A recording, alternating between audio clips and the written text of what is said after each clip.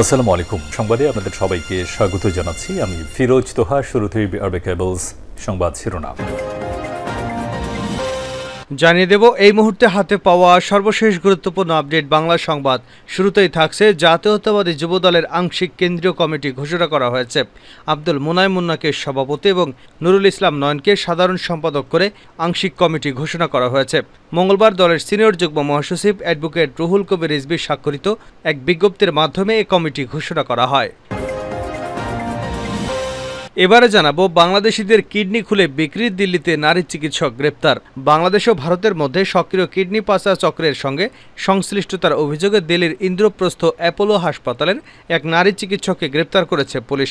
৫০ বছর বয়সী ডাক্তার বিজয় কুমারকে কিডনি পাচার চক্রের সদস্য হিসেবে অভিযুক্ত করা হয়েছে। জানাবো ছাত্রদল নেতা আতিকুর রহমান রাসেলকে অবিলম্বে তার বাবা মায়ের কাছে ফিরিয়ে দেওয়ার আহ্বান জানিয়েছেন বিএনপির সিনিয়র যুগ্ম মহাসচিব অ্যাডভোকেট রুহুল কবির রিজভী। এবারে থাকছে ছাত্রলীগ ও আইনশৃঙ্খলা বাহিনীকে সতর্কবার্তা ওবায়দুল কাদেরের। কোটা আন্দোলন স্থগিত রাখায় আন্দোলনকারীদের ধন্যবাদ জানিয়েছেন আওয়ামী লীগের সাধারণ সম্পাদক ওবায়দুল কাদের। এ বিষয়ে সরকারের অবস্থান পরিষ্কার উল্লেখ করে তিনি ছাত্রলীগ এবং আইনশৃঙ্খলা বাহিনীকে সতর্কবার্তা দিয়েছেন। জানিয়ে দেব অস্থির পেঁয়াজের বাজার, এবার কোথায় গিয়ে ঠেকবে দাম। পেঁয়াজের ঊর্ধ্বমূল্যে সীমিত আর মানুষের জীবন ওষ্ঠাগত। ১ কেজি পেঁয়াজ কিনতে গুনতে হচ্ছে ১১০ থেকে ১২০ টাকা। শেষ এক সপ্তাহে কেজি প্রতি ২০ টাকা পর্যন্ত বেড়েছে পেঁয়াজের দাম। ১.৫ মাসের ব্যবধানে হয়েছে দ্বিগুণ। যদিও মাত্র কয়েক মাস আগেই পেঁয়াজের ভরা মৌসুম শেষ হয়েছে, বাজারে এখনও দেশি পেঁয়াজের পর্যাপ্ত সরবরাহ রয়েছে, যেখানে আগামী মৌসুম আসতে আরও প্রায় ৬ থেকে ৭ মাস বাকি। যে কারণে এখনই সাধারণ মানুষের কাছে বড় প্রশ্ন, মৌসুমের শেষে এবছর নিত্য প্রয়োজনীয় পণ্যটির দাম কোথায় গিয়ে ঠেকবে। এবং সর্বশেষ জানাবো আন্তর্জাতিক সংবাদ। ফিলিস্তিনের গাজা উপত্যকা নির্বিচারে হামলা চালিয়ে যাচ্ছে ইসরায়েলি বাহিনী। দেশটির সৈন্যরা গাজায় সীমাহীন গুলি চালানোর বর্ণনা দিতে যেয়ে বলেছেন, এটি একটি কম্পিউটার গেমের মতো তাদের কাছে অনুভূত হয়েছে। তারা মুহুর্মুহু বন্দুকের গুলি দিয়ে নিরীহ মানুষগুলো হত্যা করেছে, চোখের সামনে বড় বড় ভবনগুলো গুড়িয়ে দিয়েছে, ঠিক যেন কম্পিউটার গেমের মতো।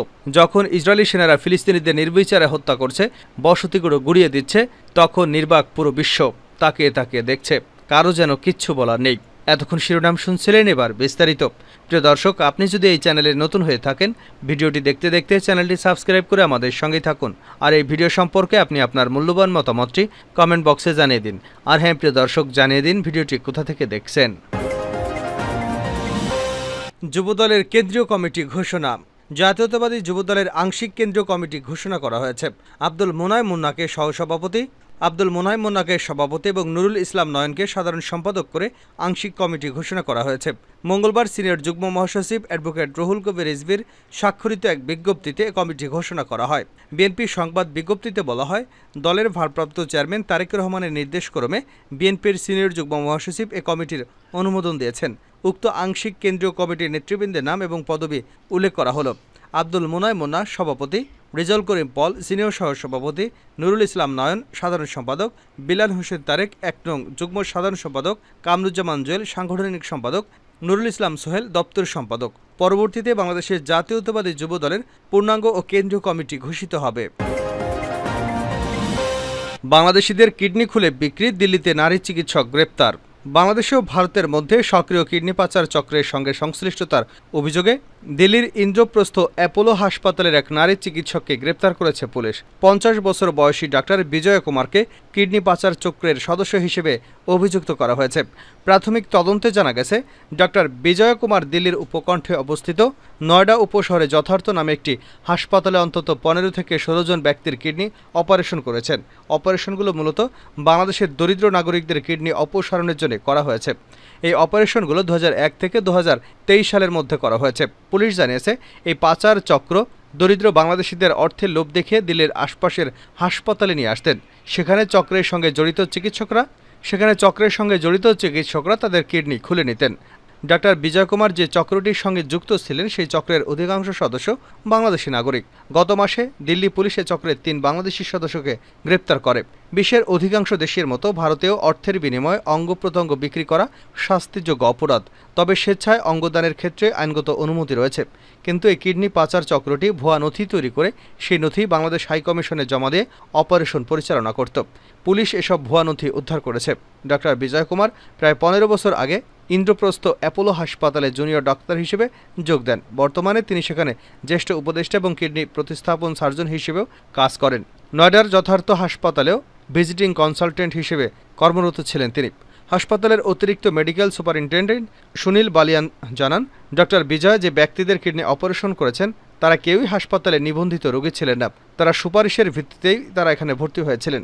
ডাক্তার বিজয় কুমার ছাড়াও ইন্দ্রপ্রস্থ অ্যাপোলো হাসপাতালের আর কোনো চিকিৎসকের বিরুদ্ধে চক্রের সঙ্গে জড়িততার প্রমাণ পাওয়া যায়নি। হাসপাতাল কর্তৃপক্ষ তাকে সাময়িক বরখাস্ত করেছে।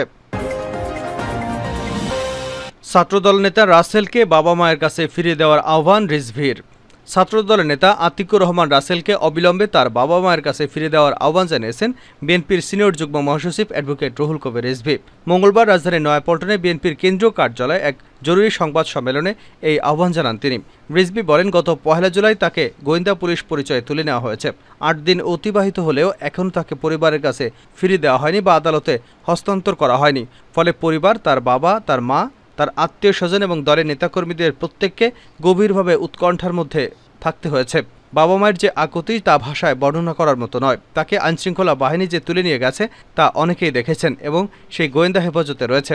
এই ঘটনার সত্যতা মর্মান্তিক এবং মর্মস্পর্শী উল্লেখ করে বিএনপির সিনিয়র নেতা বলেন, এ ধরনের তরুণদেরকে নিরুদ্দেশ করে দেওয়া হচ্ছে কারণ তারা মানুষের পক্ষে কথা বলে, গণতন্ত্রের পক্ষে কথা বলে, গণতন্ত্রের পক্ষে স্লোগান দেয়। তাদের স্লোগান স্তব্ধ করে দেওয়ার জন্য রাষ্ট্রযন্ত্রকে নিষ্ঠুর দমন নিপীড়নের হাতিয়ার হিসেবে ব্যবহার করে আতিকুর রহমান রাসেলের মতো তরুণদের নিরুদ্দেশ করে দেওয়া হচ্ছে, নিখোঁজ করে দেওয়া হচ্ছে। তিনি আরও বলেন, দেশে এক শ্বাসরুদ্ধকর অবস্থা বিরাজমান। মানুষের অধিকারগুলো দখলদার সরকার একের পর এক হরণ করেছে। মানুষ অধিকার বঞ্চিত। গণতন্ত্র মানুষের যে অধিকারগুলো স্বীকৃত, সেই অধিকারগুলোকে মানুষ যাতে প্রয়োগ করতে না পারে সেজন্য রাষ্ট্রশক্তিকে এমনভাবে তৈরি করা হয়েছে যাতে শেখ হাসিনা ইচ্ছে পূরণ করতে পারেন।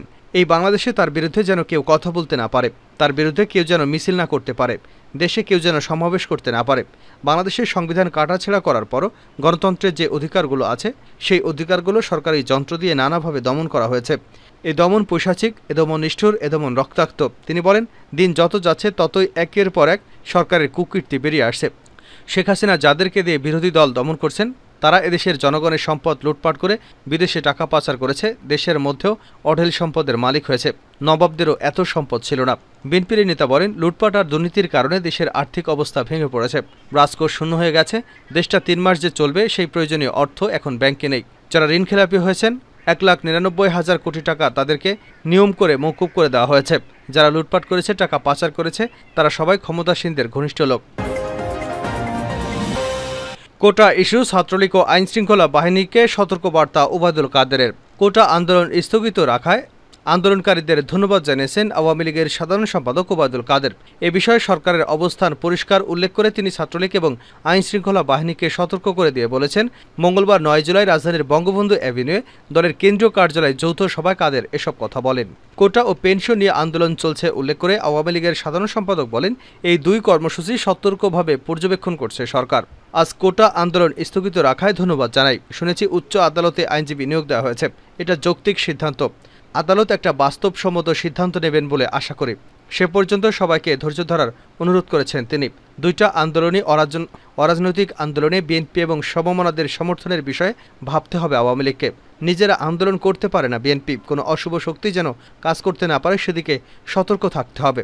জনগণ যেন দুর্ভোগে না পড়ে সেদিকে সতর্ক থাকার আহ্বান জানিয়ে আওয়ামী লীগের সাধারণ সম্পাদক বলেন, ছাত্রলীগের কেউ যেন উস্কানিতে পা না দেয় এবং নিজেরাও উস্কানি না দেয়। কাদের বলেন, কোটা ও পেনশন নিয়ে চলমান আন্দোলনে ছাত্রলীগ অথবা আইনশৃঙ্খলা বাহিনী যাতে কোনো উস্কানি না দেয় সে বিষয়ে নির্দেশনা দিয়েছেন আওয়ামী লীগ এবং সভাপতি প্রধানমন্ত্রী শেখ হাসিনা। কম্পিউটার গেমের মতো নির্বিচারে গাজায় গুলি চালিয়েছে ইসরায়েল। ফিলিস্তিনি গাজা উপত্যকা নির্বিচারে হামলা চালিয়ে যাচ্ছে ইসরায়েলি বাহিনী। দেশটির সৈন্যরা গাজায় সীমাহীন গুলি চালানোর বর্ণনা দিতে যেয়ে বলেছেন, এটি একটি কম্পিউটার গেমের মতো অনুভূত হয়েছে। মঙ্গলবার কাতার ভিত্তিক সংবাদ মাধ্যম আল জাজিরার এক প্রতিবেদনে এ তথ্য জানানো হয়েছে।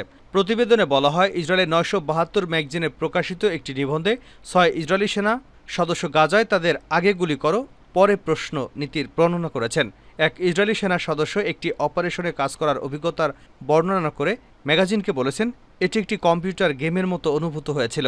গোলার আঘাতে একের পর এক বিল্ডিং মাটিতে গুড়িয়ে যায় এবং অনুভূত হলো, বাহ কি উন্মাদনা, কি মজা। আরও এক সেনা সদস্য মেশিনগান, ট্যাঙ্ক এবং মর্টার দিয়ে গুলি চালানোর সময় এবং গুলি চালানোকে খুবই অনিয়ন্ত্রিত হিসেবে বর্ণনা করেছেন। সাক্ষাৎ নেওয়া সেনা সদস্যদের মধ্যে রয়েছে জেরুজালেমসের 26 বছর বয়সী রিজার্ভস ইউভাল গ্রিন, যিনি সম্প্রতি ফারা আক্রমণে অংশ নিতে অস্বীকারী 41 জন রিজার্ভ সৈন্যদের কাছ থেকে একটি চিঠিতে স্বাক্ষর করেন এবং নাম প্রকাশ না করার শর্তে আরও 5 জন সেনা সদস্য বলেছেন। ইউভাল গ্রিন ওই 2 সেনা সদস্যদের একজন, যারা বলেছিলেন যে সহকর্মী ইসরায়েলি সৈন্যদের থেকে নিয়ন্ত্রিত গুলি গাজায় থাকাকালীন তারা সবচেয়ে বড় বিপদ অনুভব করছিল।